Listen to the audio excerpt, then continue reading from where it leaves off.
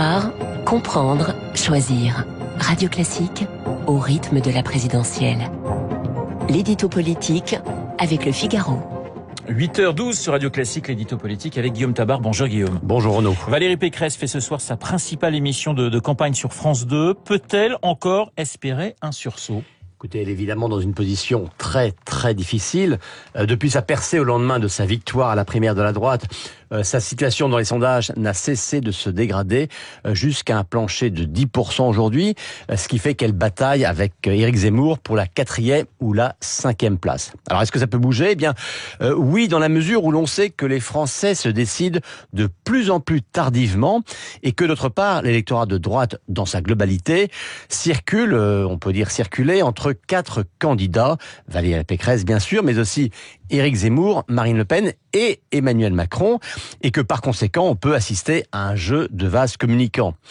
Si le chef de l'État redescend de l'Aventin où la guerre l'a placé, et si le candidat de Reconquête continue de baisser, maintenant qu'il semble avoir perdu toute chance de devancer Marine Le Pen, eh bien, il y a quelques points que la candidate LR peut espérer reprendre. Alors, assez pour accéder au second tour, c'est très difficile, mais après tout, ça n'est pas impossible. Qu'est-ce qui permettrait à Valérie Pécresse de reprendre des électeurs à Emmanuel Macron ? Écoutez, deux choses. La première, c'est la fin du réflexe légitimiste, la fin de ce qu'on a appelé ce fameux effet drapeau, auquel a été sensible plus particulièrement l'électorat de droite. Ensuite et surtout, l'impression laissée par l'entrée en campagne du président candidat. Il faut le dire, de sa lettre aux Français au meeting trop formaté, de son refus de débattre avec les autres candidats, ressort comme une difficulté à rentrer véritablement dans la campagne et à trouver un nouvel élan. Il n'y a pas de magie Macron et d'ailleurs dans son propre camp, on ne déborde pas d'enthousiasme et on a hâte que le premier tour arrive. Donc, si des électeurs décrochaient de Macron, eh bien, Pécresse pourrait en récupérer sans doute plus que d'autres candidats. Enfin, troisième chance de remonter sur le chef de l'État, une tonalité plus musclée de la campagne de la candidate LR. Après quelques tâtonnements, Pécresse et ses équipes ont compris qu'il n'était pas très habile de pointer les contrefaçons du projet présidentiel, ce qui, par ricochet, faisait apparaître des convergences, mais plus important de montrer en quoi le projet Macron n'était pas de droite, notamment sur le régalien. C'est ce qu'elle fait maintenant de manière plus claire. Et du côté Zemmour, y a-t-il des marges de progression pour la candidate LR ? Paradoxalement, on sent plutôt s'exprimer les motifs de rejet et d'excommunication entre ces deux droites qui apparaissent de plus en plus irréconciliables. Cela s'est vu notamment mardi soir au meeting organisé par Valeurs Actuelles et par l'association Les Éveilleurs, c'est-à-dire en gros par la droite conservatrice. Valérie Pécresse y a été sifflée, même si elle a ce soir-là surtout insisté sur son anti-macronisme, dans l'espoir de ne pas se mettre trop à dos cette droite-là. Mais le problème aujourd'hui, c'est que Zemmour et Pécresse aimeraient chacun récupérer les électeurs de l'autre, tout en étant convaincus que l'avenir de la droite passe par le rejet ou l'abandon de ce que l'autre représente. Le besoin de fragmentation l'emporte sur toute envie de recomposition commune.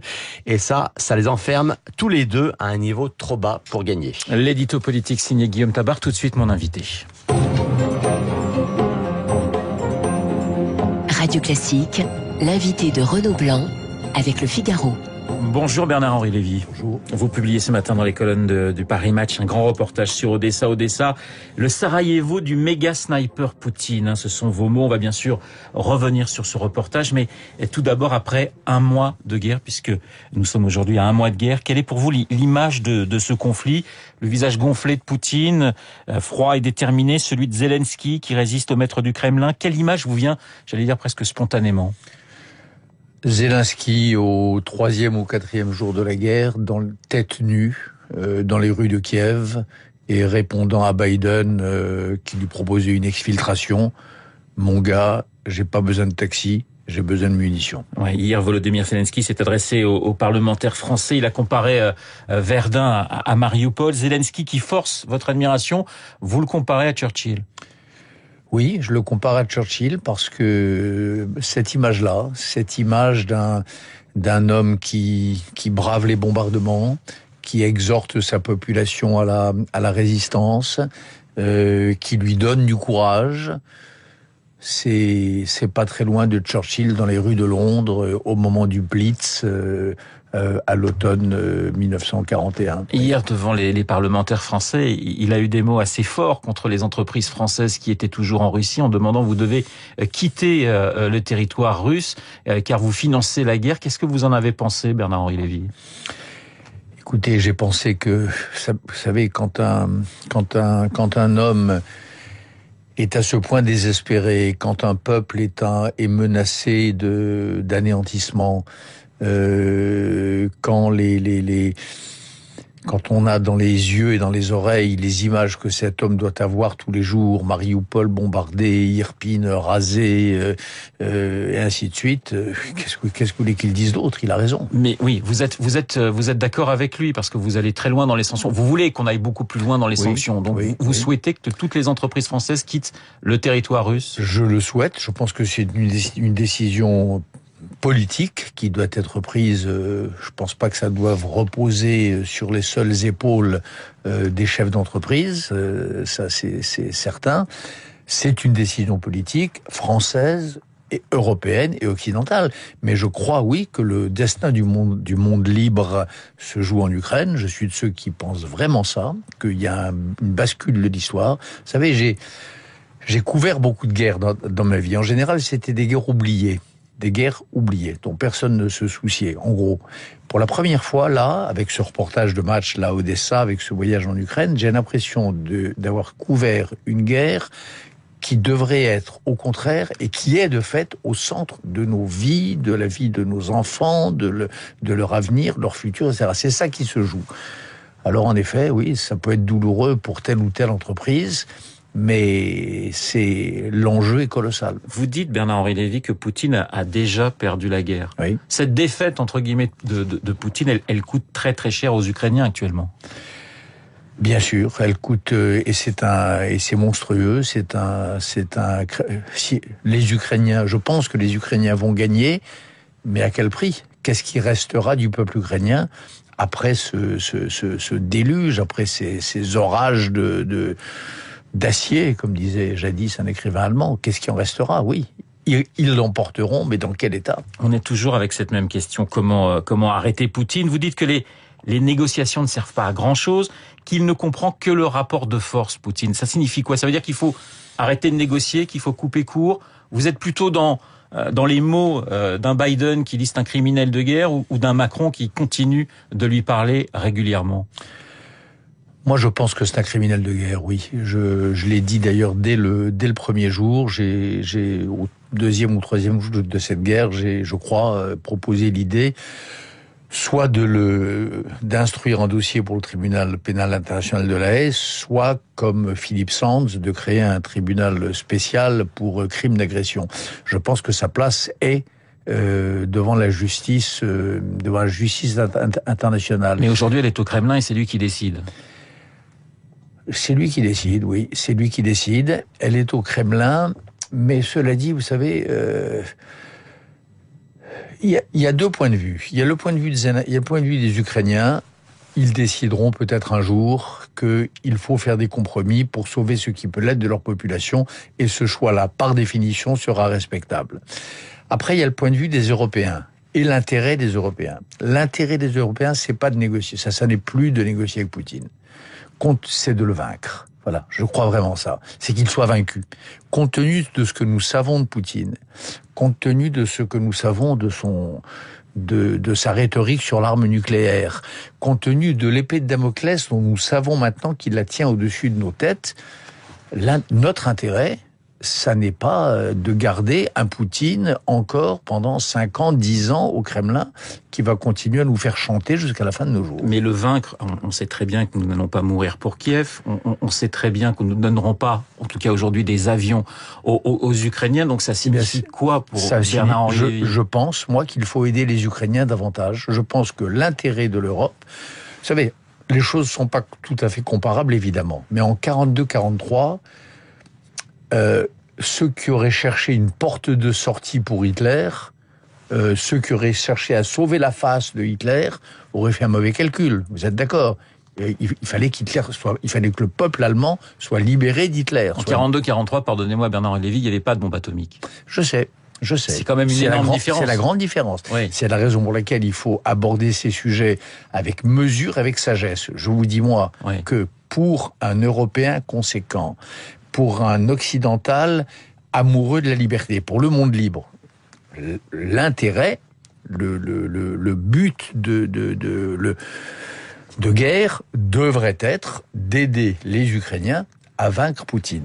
Pas de les aider à s'arranger avec lui, parce que vous verrez que quelques années plus tard, ce sera le tour des Baltes, ce sera le tour des Polonais, ou, qui sait, peut-être plus loin encore.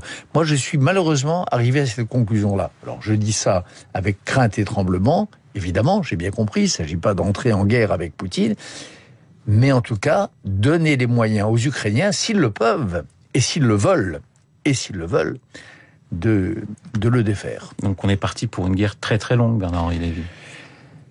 J'en suis pas sûr. Vous savez, quand donc je rentre du terrain, je rentre d'Odessa, j'ai beaucoup parlé avec les Ukrainiens, j'ai beaucoup parlé avec les commandants qui sont autour de Mykolaïev.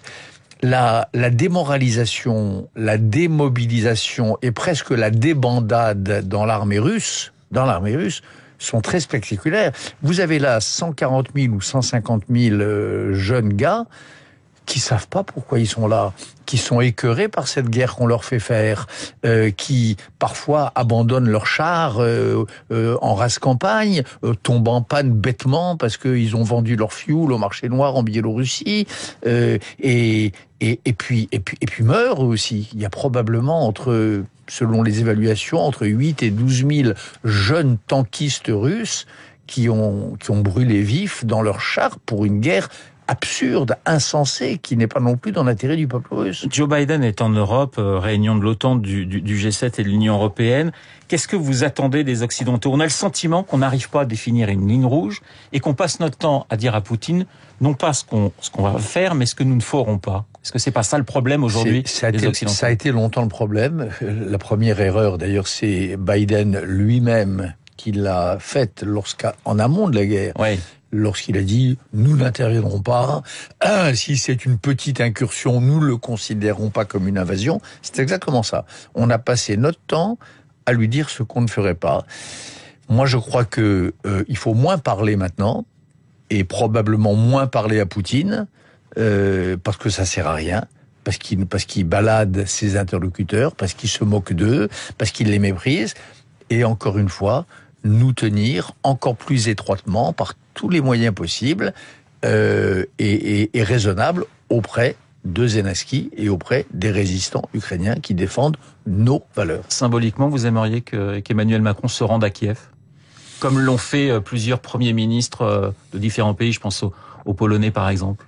J'aimerais qu'il se rende à Kiev, oui, ce serait ça. Je crois que ce serait pour les Ukrainiens un message extraordinaire. Je pense que pour la France, ça aurait un panache fou. Ça peut être Kiev, ça peut être aussi Odessa. Encore, vous savez, Odessa, ville ukrainienne, ville de culture russe, ville juive, ville française, dirigée, dont premier gouverneur était un Français, un duc de Richelieu. Ouais. Oui, on pourrait imaginer un voyage comme le voyage de Mitterrand à Sarajevo, un voyage du président Macron à Odessa. Alors justement, dans les colonnes de Paris Match, vous publiez ce reportage à Odessa. Ce qui ressort, c'est sa détermination, c'est la détermination de la population. Il y a de la peur, il y a de l'anxiété, mais il y a une envie de dire c'est notre terre et on se battra jusqu'au bout. Il y a une anxiété folle et il y a un esprit de résistance admirable et dans toutes les couches de la société. Et il y a plus de droite, il y a plus de gauche, il y a plus de gens qui croient au ciel et de gens qui n'y croient pas. Il y a plus de les adolescents, les universités sont fermées et ils fabriquent dans des ateliers clandestins des cocktails Molotov à la chaîne. Des gamins qui n'ont jamais porté une arme de leur vie s'engagent dans la défense territoriale et font la chasse, traquent à l'intérieur d'Odessa. Oui, les infiltrés, c'est-à-dire les agents russes qui sont dans Odessa et qui attendent le signal de l'insurrection. Tout ça, encore une fois, avec sagesse, sans débordement. Ce peuple d'Odessa est admirable. Moi, c'est l'impression que j'en ai ramené. Deux dernières questions, Bernard Lévy. Sur les réseaux sociaux, beaucoup ont raillé le tag. Vous aviez inscrit sur une barricade « Liberté, égalité, fraternité » en disant une nouvelle fois, il se met en scène. Moi, j'aimerais savoir pourquoi ce tag. Parce que c'est quelque chose que nous avons décidé avec un groupe de femmes d'Odessa qui, dans un atelier clandestin qui fabriquait des filets de camouflage des tanks, elles ont trouvé, et j'ai trouvé, que la devise de la République française aux couleurs du drapeau ukrainien, c'était bien ce jour-là. Et en tout cas, ça leur faisait plaisir à elles. Dernière question, il y a une les réseaux sociaux français, la twittosphère, la fachosphère, honnêtement, c'est moins important que les Ukrainiennes. Il y a une dernière question que je voulais vous poser sur cette photo. Sur une photo qui m'a marqué, c'est justement la statue du duc de Richelieu qui est totalement recouverte de sacs de sable. C'est une photo qui montre l'attachement des Ukrainiens à leur culture, à leur histoire, à leur passé. Elle dit tout, cette photo. Et à la nôtre. Et à la nôtre. Et à notre histoire.